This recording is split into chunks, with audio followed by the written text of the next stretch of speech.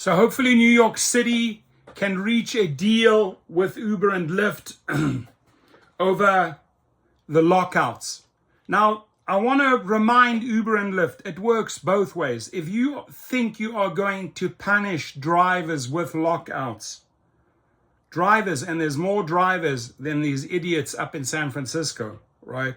Drivers can punish you equally. It's strikes, multiple strikes, you name it. They can shut down the traffic in New York if you do not listen, right? So punishment, this bullshit punishment that Dara dreams up with his team, it doesn't work, as you can see here.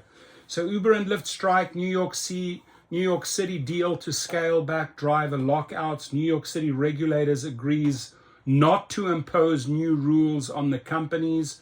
Drivers have protested the lockouts, which are limiting wages. Now, it was beautiful to see thousands of drivers march to the Uber headquarters. You know how much media, how much noise they made? It embarrassed those Uber executive fools. New York City officials backed off a threat to slap Uber Technologies and Lyft with a new minimum pay regulations after the companies agreed to rein in driver lockouts, a recent practice that has caused a sharp decline in some drivers' take-home pay.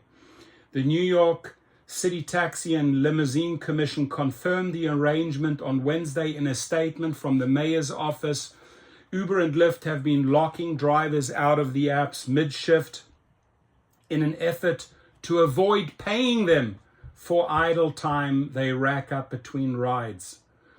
As a result, some drivers say their average pay has fallen as much as 50%. On July the 17th, over 2,000 drivers, we made many announcements before July the 17th, 2,000 drivers marched on Uber's New York City headquarters to protest the lockouts.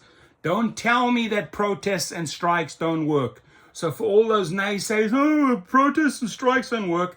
Again, we have 2,000 people marching in the streets of New York City. It gets the attention. Shit gets done. If it doesn't get done the first time, you do it a second, third, and fourth or fifth time. You shut down the airports. You shut down the events. Whatever it takes, my friends. In mid-July, the city's taxi commissioner warned that his agency was working on a tighter set of rideshare pay rules in response to driver lockouts, which he said were unfair. The deal, however, takes the city's threat of a clampdown off the table for now.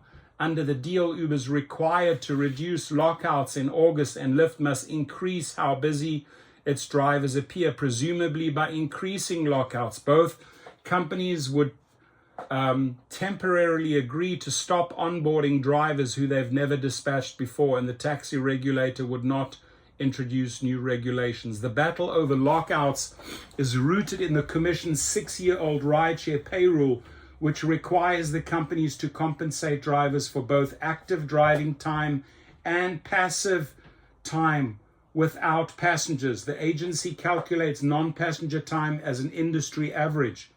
When Lyft drivers aren't as busy, for instance, Uber has to increase driver pay because non-passenger time is higher on average. Uber drivers have been busier than Lyft drivers this year, data from Taxi and Limousine Commission shows. But Uber's outsized New York City market share, nearly triple Lyft's, means its numbers weigh heavily on the average. So it goes to show, when you bring 2,000 drivers to the Uber headquarters and you shut down New York City traffic, somebody's listening. Your comments, please.